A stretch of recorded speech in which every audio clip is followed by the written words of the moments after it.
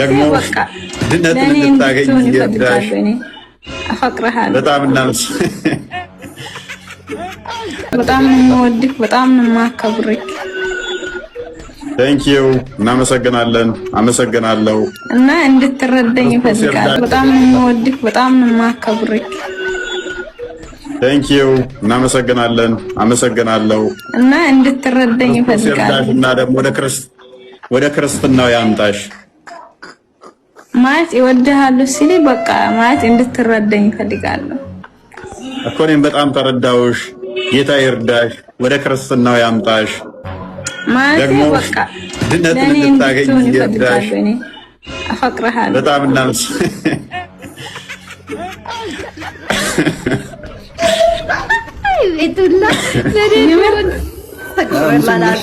በጣም ነው የምወደው። ኦኬ ሱብራና ምን እንዳደረከኝ አላውቅም። በጣም ነው የማያፈቅርኩት። ሙስሊም ነሽ? ማመልከቻ አስገባላት። ማመልከቻ አስገባ። ሙስሊም ከሆንሽ ሙስሊም ኦኬ ጉዳይ የምሬን ነው። ልጠይቅሽ አንዴታ ልጠይቅሽ። እኔ ጥያቄ አለኝ ልጠይቅ። ሴት ጥያቄ እንቀበልም። በቃ ኤኔስ ሱራ 6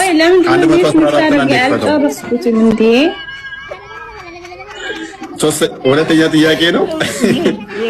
የምራችን ነው። የምራችንን ነው። በቃ እናመሰግናለን በሚለው በህብረት ተቀብለን ወይ አንዴ እሺ ምን ላይ እቺ ጋር ሄታለችና እህት ሙስሊም ነሽ? ዞር አድርገው። ቆይ አንዴ ፕሊስ። ሴት ልጅ በእስልምና ጎዶሎ ናት ብለሃል። አንድ አዳምጠኝ። እኔ እኮ እያወራሁኝ እኮ ነው። አይሰማም? ትሰማለች? እያወራሁኝ እኮ ነው።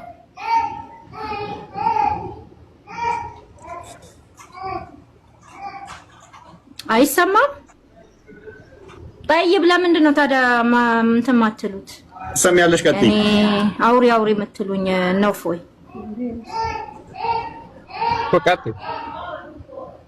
ቀጥይ እኮ አልኩሽ። ኦኬ ሴት ልጅ በእስልምና ጎዶሎ ናት ብለሃል። ስለዚህ እኛ ደግሞ ጎዶሎ እንዳልሆንን አላሁ ስብሐነሁ ወተዓላ ቁርአናችን ላይ መርየም አለይሂ ሰላምን ስንት ጊዜ ነው የጠቀሳት? ስንት ቦታ? እስቲ አንተ ከመጽሐፍ ቅዱስክ አንድ ቦታ ላይ የማርያምን የተጠቀሰበት ቦታ አምጣልኝ። ኦኬ ቶሎ በል እሺ። ለሴት ልጅ ምን ያህል ክብር እንዳለው እስልምናና ቁርአን ማለት ነው። ስለዚህ ማስረጃ የምፈልገው ከመጽሐፍ ቅዱስ አንድ ቦታ የተጠቀሰ ቦታ አምጣልኝ። እሺ ማርያምን ጨርሻለሁ። ይሄ እናመሰግናለን። በደንብ አስተዊ። በቁርአን ውስጥ ከመርየም ውጪ አንድ የሴት ስም ማምጣት አትችይም አንቺ። እኔ ግን በቃኝ እስክትይ ድረስ መሪ የሆኑ ነቢያቶች የሆኑ አገልጋይ የሆኑ አዛዥ የሆኑ ዳኛ የሆኑ ፈራጅ የሆኑ ሴቶችን ከመጽሐፍ ቅዱስ ሰጥሻለሁ። አንቺ ግን አንድ ከቁርአን መስጠታችን መርየምን ጠይቃኛል። ሌላ ጊዜው ሉቃስ ወንጌል ምዕራፍ 1 ቁጥር 26 ጀምሮ አንዴ ክፈትልኝ ክርስቲያን ላይ ፎይ። ከዛ በፊት ምን ብላ ነበር መሰለ? እኛ ጎዶሎ እንዳልሆነን አላህ መርየምን ጠቅሷል አለችን። which means ሙሐመድን ቀጥታ ነው የጠለዘችው ማለት ነው እህታችን። ያ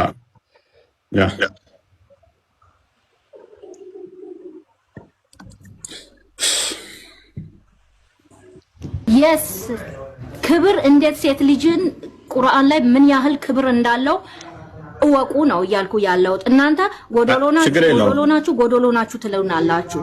ምክንያቱም የእናንተ መጽሐፍ ቅዱስ ነው ሴትን ጎዶሎ ያደረገው ሀፍሳ እንጂ ወላሂ አልሐምዱሊላህ እንደ እስልምና ሴትን የሚያከብር የለም። አዳምጫ ካዳምጥሽ እንዴት ይሆናል? አዎ ያከብርሻል። የሚያከብርሽ እንዴት ነው? ሱራ 4:34 ላይ በመምታት ወንዱ እንዲመታሽ ከወንዱ አሳንሶ ስለፈጠረሽ። ሱራ 4:20 ላይ እንደ ልዋጭ ዕቃ ይለውጥሻል። ስላከበረሽ ይለውጥሻል። ስላከበረሽ እስከ 4 ያገባብሽና ባሪያ ይደረበብሻል። ሱራ 4 3 ሱራ 22 6 ሱራ 7 29 30 ፈልገው ስለኔ አይደለም ስለ ራስህ ነው። እንዳከበረሽ እየነገርኩሽ ነው።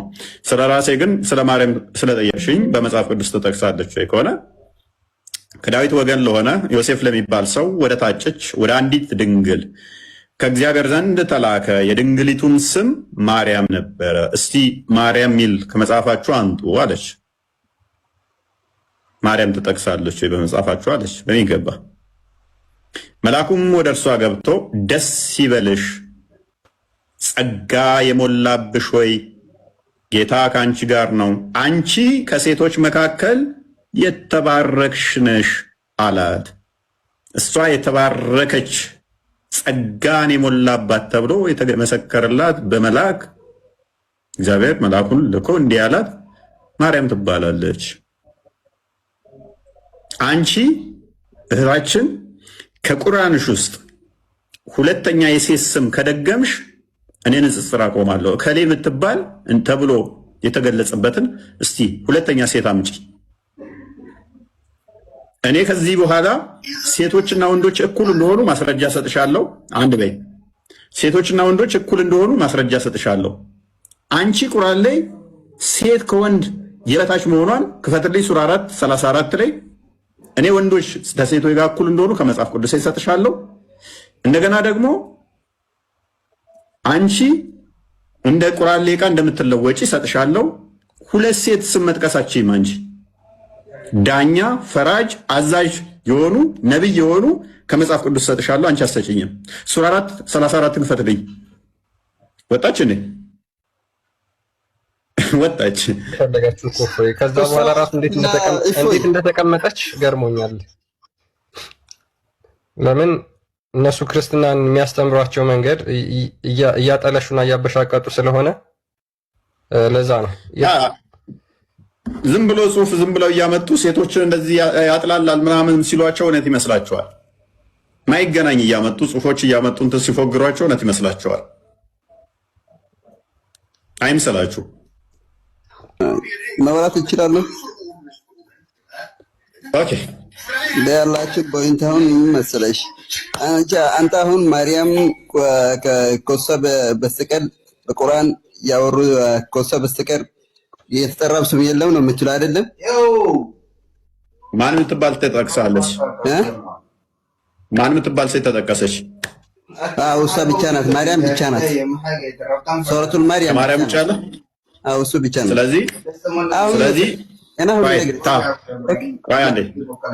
ስለዚህ በእናንተው ስታንዳርድ መሰረት ሴትን ስላከበራት ማርያም ተጠቅሳለች አላችሁ አይደለም? ያንን ነገር ሄነሱ አዳም እኛ ጋር እነ ሐና አሉ፣ ነቢይት ሐና፣ እነ ዲቦራ አሉ ፈራጅ የሆኑ እነ ሳራ ተጠቅሰዋል። እነ ማርያም ነቢይቱ ማርያም ተጠቅሰዋል። እነ ርብቃ ተጠቅሰዋል። በጣም ብዙ ሴቶች አስቴር አለች፣ ዮዲት አለች። እጅግ በጣም ብዙ ማምጣት እንችላለን። መጽሐፍ የተሰየመላችሁ ብቻ ሳይሆን መጽሐፍ እንትን ያሉ ብቻ ሳይሆን ነቢይ የሆኑ አዛዥ የሆኑ ዳኛ የሆኑ እኛ ማምጣት እንችላለን። አላህ እጅ ካለው ጭንቅላት ሳለው ወይ ስንል አዎ አለው አልከን። ለሱ የሚመጥን አልከን። ካለው አሳየን። ከ114ቱ ምዕራፍ ውስጥ ጭንቅላት እንዳለው አሳየን ተባልክ።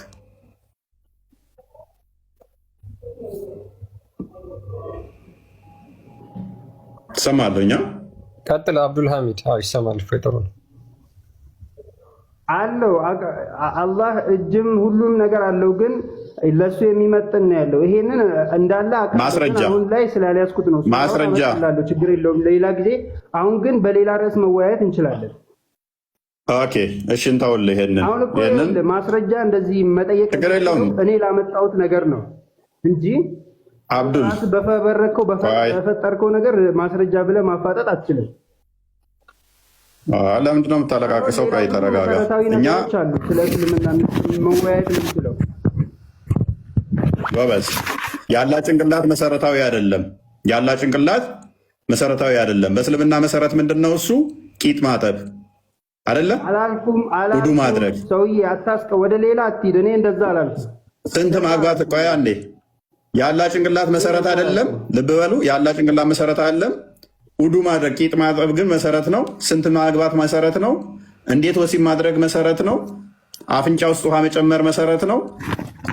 ሱሪ ማሳጠር መሰረት ነው። ሀጅ ማድረግ መሰረት ነው። ከሙሐመድ ቤት ውጡ ማለት መሰረት ነው። አቡላብን ሚስትና አቡላብን መርገም መሰረት ነው። ክርስቲያኖችን መርገም መሰረት ነው። አይ አትባልጋ፣ በስነ ስርዓት አውራ። የምታወራ ከሆነ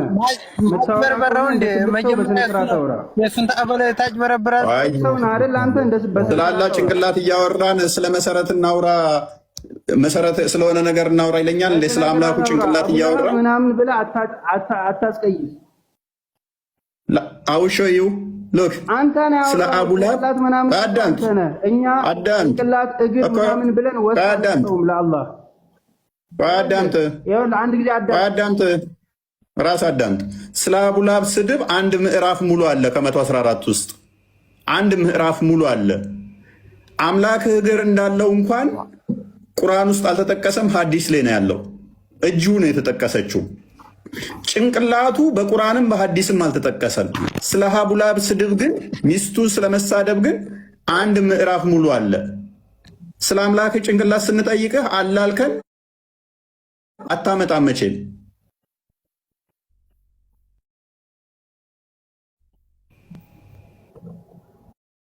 ምክንያቱም መሰረት አይደለም። እሱ እግርና ጭንቅላት መናገሩ ለፍጡራኑ ነቢያችን ሐዲስ ላይ ቢያብራሩ በቂ ነው ለኛ። አላህ Subhanahu Wa Ta'ala በቁርአን ላይ መናገሩ ምንም አስፈላጊ ቁርአን አላለማ። አብዱል ቁርአንህ ደግሞ የሚለውን አንብብ። እሺ የሚለውን አንብብ። ሱረቱን የነም ምዕራፍ ወይም 16ኛው ሱራ ቁጥር 89 ምን ይላል? አብዱሬ ጣልቃ ትግባ። አንብብ ይሄን ክፍል እስቲ ጣልቃ ትግባ። አብዱሬ ተራን ጠብቅ። ኦኬ እንደዚህ ይላል በየህዝቡም ሁሉ ውስጥ ከጎሳቸው በእነሱ ላይ መስካሪን የምንቀሰቅስበትን አንተንም በእነዚህ ህዝቦች ላይ መስካሪ አድርገን የምናመጣህን ቀን አስታውስ። መጽሐፉንም በደንብ አስተውል። መጽሐፉንም ለሁሉ ነገር በደንብ አስብ። ለሁሉ ነገር ፓርሻሊ አይደለም፣ ለሁሉ ነገር በግማሽ ወይም በሩብ አይደለም። ሀቢብ የአንተን ቀኬ እኮ እዚህ ጋር መስማት የፈለገ የለም። ለምንድነው ሚታ ምስተምስል? አንተን አይደለም መሬ አንደኛው ባለጌ ነው እንጂ ለማሳል ማይክ ያነሳል። አውርዳው ክርስቲያን ስርዓት እንኳን የሌላቸው ናቸው። በየጌታ ስም የአንተን ቀኬ አሁን ከስር መስማት የናፈቀው የለም። ማይኩን አንስቶ ይስላል። ምን አይነት ባለጌ እንደሆኑ ማለት ነው። በደንብ አስተውል። ላይ ወንድማችን አብዱራይ መጽሐፉንም ለሁሉ ነገር አብራሪ፣ በደንብ አስተውል። ለሁሉ ነገር አብራሪ፣ መሪ፣ እዝነትም ለሙስሊሞችም አብሳሪ ሆኖ በአንተ ላይ አወረድን ይላል አይደለ?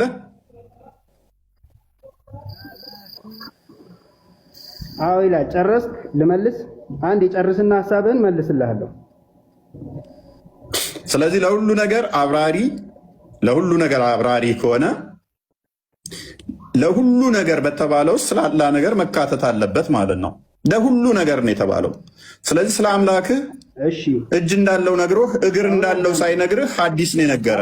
ከአንዴ ልጨርስ ትቀጥላለህ። እሺ እጅ እንዳለው ቁርአኑ ነገረ፣ እግር እንዳለው ደግሞ ሐዲሱ ነው የሚነግረ። ጭንቅላትን በመሀል ረስተውታል እያልንህ ነው። ጭንቅላት የቱ ጋር ነው የተነገረ? ሐዲስ ላይ ወይንስ ቁርአን ላይ? ኢቭን ሐዲሱ ተቀባይ አይደለም። እግር የሚለው ሐዲሱ ተቀባይ አይሆንም። ምክንያቱም ቁርአኑ ሁሉን ነገር አብራሪ ነው ካለ በኋላ ስለ አምላክ እጅ እንዳለው እንጂ እግር እንዳለው አልነገረም። እግር እንዳለው የነገረ ሐዲስ ነውና ቀጥል። ክርስቲያኖች እኔ አምላክ ነኝ ተከተሉኝ ያለበትን ቀጥተኛ አማርኛውን አንቺ አይዳሌን ተከተይኝ አምላክ ነኝ ብለሽ ተከተይኛለሽ? አንተማ አይደለህም እንዴ? አንተ እንዴ ብዬ ሰው እኮ ነህ። እኔም እኮ ኢየሱስን ሰው ብዬ ነው የማምነው። ወንድ ልጅ ነው ልክ እንደ ኦኬ። አላህ ምንድነው? እሱ ምንድነው? ጾታው አለ ካንተ ምንድነው? አባት አለህ አንተ። እሱ በድንግልና ነው የተፈጠረው። ኦኬ ኦኬ፣ ጎበዝ እና አሳየኝ። እኔ አምላክ ነኝ ተከተለኝ የሚለው ወይ አይዳ። አላህስ ጾታው ምንድነው? አላህ ጾታው ምንድነው? አላህ ጾታ የለውም። አይታይም፣ አይዳሰስም። ኦኬ ያለው አላህ አይበላም፣ አይጠጣም። ቅድም ደግሞ ይኸውልህ አርሽ ላይ ነው ያለው። በምኑ ነው አርሽ ላይ ያለው? በምኑ ነው? እኛ በምኑ ነው ብለን አንጠይቅም። ምክንያቱም ቁርአን ላይ ተቀምጦ እጅ አለ የለውም? እጅ አለ የለውም? እጅ የለውም። ሐላስ ሰው እኮ አይደለም እያልኩ እጅ የለውም። ጎበዝ ሰው አይደለም። አንዴ ሱረት ፋድን ክፈትልኝ 75ኛው ነው። እጅ የለውም። አዳም ማቅሰዋት በልታ ቃለች። እሷ አምላኳን በደቂቃ ውስጥ እንዴት እየካደችው እንደሆነ በደንብ አሳይተናት አርሽ ላይ ነው ብላናለች። 7ኛ ሰማይ ላይ መጀመሪያ ተሳየኝ። ይሄንን ክፍል አንብቢሲ። ኢየሱስ እኔ አምላክ ነኝ የሚለው አሳየኝ። አላህ እጅ የለውም ብለሻል። ኢብሊስን በሁለት እጆቼ ፈጠርኩ ሲል ኢብሊስ ወይ በሁለት እጆቼ ለፈጠርኩ ከመስገድ ምን ከለከለህ የሚለው አላህ በምኑ ነው የፈጠረው? እጅ ማለት እኮ እንደሱ አይደለም። የሱ እንደ እጅ አይደለም። የሱ እጅ ማለት ነው። እኔ ግን አይን አለኝ ይላል፣ አያችኋለሁ ይላል።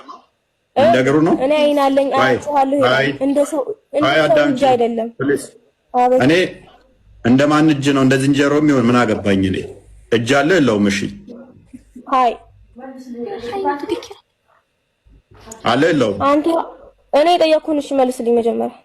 እጅ አለ የለውም? አላህ ቆይ ተረጋጊ፣ መልስልሻለሁ። አላህ እጅ አለ የለውም? አላቅም ስለሱ። ስለዚህ አምላክሽ እጅ ይኑራ አይኑራ አታውቂም። በቂ አይደለም። እንደሱ ያለ እውቀት የለኝም ብያለሁ እኮ ሲጀመር። አምላክሽ ጾታ አለ የለውም? አላቅም። ኢየሱስ አምላክ ነኝ የሚለውን አሳየኝ። አሳይሻለሁ። ኦኬ አሳይሻለሁ። አይ ሱራ 601ን ክፈትልኝ። አምላክሽ ወንድ ነው፣ ሚስት የሚፈልግ ነው። ያልወለደው አይወልድም ብለሻል አልቅድም? ሚስት ስለሌለው ነው። አይወልድም ሳይሆን ደግሞ አስተካኪ ለወደፊትሽ አልወለደም ነው። አሁን ወልዶም ሊሆን ይችላል። እርሱ ሰማያትንና ምድርን ያለቢጤ ፈጣሪ ነው። ማን ነው ያለቢጤ ፈጣሪ? አይዳ ሰማይና ምድርን ማይክሽን አንሺው። ያ ሰማይና ምድርን ያለቢጤ የፈጠረ ማን ነው? አላህ። ኦኬ ለእርሱ ሚስት የሌለችው ሲሆን እንዴት ልጅ ለእርሱ ይኖረዋል ይላል። አላህ ምን የሌለው ሲሆን ምን የለውም ነው የሚላል። አረበኛ ምን ይላል? በአረበኛ ታንግርልኝ። ጠይባ ከዚህ የዚህን ውጣ እንደሌለው ስለሚያውቅ ጎበዝ አሳይሻለሁ። የረጭሻ መርዝ ስላለች ነው። አሁን ከኋላ የምታወራሽ ማዘርሽን ቆይ ከኋላ የምታወሯት አታወዛግቧት፣ ተቀበሉና ሞግቱኝ ወይንም። ስለዚህ አምላክሽ ሚስት የፈለገው አሁን በዘመኑ ከፍቷል። ተመሳሳይ ጾታ ያላቸው ባልና ሚስት አይዳ ቆይ አንቶ እረዳሻለሁ።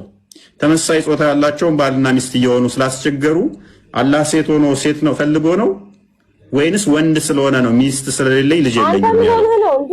የምጠይቀኝ መልስልኝ። እኔ አልፈልግም እሱን እኮ አልኩኝ። እመልስልሻለሁ፣ ምክንያቱም የጠፋሻ መርዝ ስለነበረች ነው። እሱን መልስልኝ እኮ። ስለዚህ እዚህ ላይ አታውቂም? እኔ እሱን አላውቅም እኮ ብያለሁ። ይሄን ታውቂያለሽ? አታውቂም? አንተ አላውቅም። ጎበዝ። ስለዚህ አምላክሽ ሰለሴት ስለወንድ አይደለም የሌለው ሚስት ስለሌለው ነው። እናመሰግናለን። ሚስት አዳምጪ፣ በደንብ አዳምጪ። ቆይ አሁን ፓኒክ አታድርጊ። ቆይ አዳምጪ። ወንድ ምናምን ብለሽ ስለ ጮሽ ነው። በደንብ ዲመርዝሽን ተፍተሽ ከስር ላሉትም እቺ መርዝ ለሌሎቹ ትምህርት ስለምትሆን ነው። ስለዚህ ጭንቅላት የሌለው አካል ነው የምታመልኩት። ሶሪ ጭንቅላት አለው የሚል አንድ ጥቅስ የለም በቁርአን ውስጥ አሳይተናል። አምላካቸው ጭንቅላት የለውም። በሚያሳዝን ሁኔታ ጭንቅላት አልባ እግር እያመለኩ ያ እግር ያለው አካል ደግሞ ጭንቅላት አለው አይደል? አለው የጠየኩህን መልስልኝ። አምላክሽ ጭንቅላት አለው? ሲጀመር ኢየሱስ ወንድ ልጅ ያመለክ አንተ ምን ሆነህ ነው? ፕሊስ ለምን ትበሳጫለሽ? አምላክሽ ጭንቅላት አዳምጪ፣ አዳምጪ፣ ተረጋጊ፣ አዳምጫ። ነርቨስ ሆነሻል፣ እየተበሳጨሽ ነው። አትፈሪበት። እኔ አሁን ለምሳሌ አዎ ክርስቶስ ወንድ ልጅ ነው ስትይ አላፍርበትም። እኔ እኮ አላፍርበትም። በስጋ የተገለጠው እርሱ በምክንያት ለምን ታውቃለህ? አዳምጠኝ። ይኸውልህ አንተ ጋር ማለት ነው ሁሉም ሰላም ለምን ፕሊስ ለምን ትረበሹኝ? አላፍርም። ፕሊስ ቆይ አትጩህ። እኔ አላፍርም። አዎ ክርስቶስ በስጋ የተገለጠው አዳምጪ። ነርቨስ አትሁኝ፣ አትረበሺ። እኔ ራሴን ልመልስ። ከእነሱ ጋር አነጻጽር። ወንድ ከሆን ተረጋጊ፣ ተረጋጊ። አዳምጪው። አላዳመጥከኝም እንዴ? አዳምጪ። በቃ እኔ ነው መልሱን አዳምጪ። በቃ አልፈልግም። አዳምጪ መልሳውን አልፈልግም። ካልፈለግሽ ታዲያ እኔ አንቺ ጩኸት ሰለቸኝ። ከስራ ነሽ ታዳምጫለሽ። እኛ አይደል ስጠው እስኪ ምንድን ነው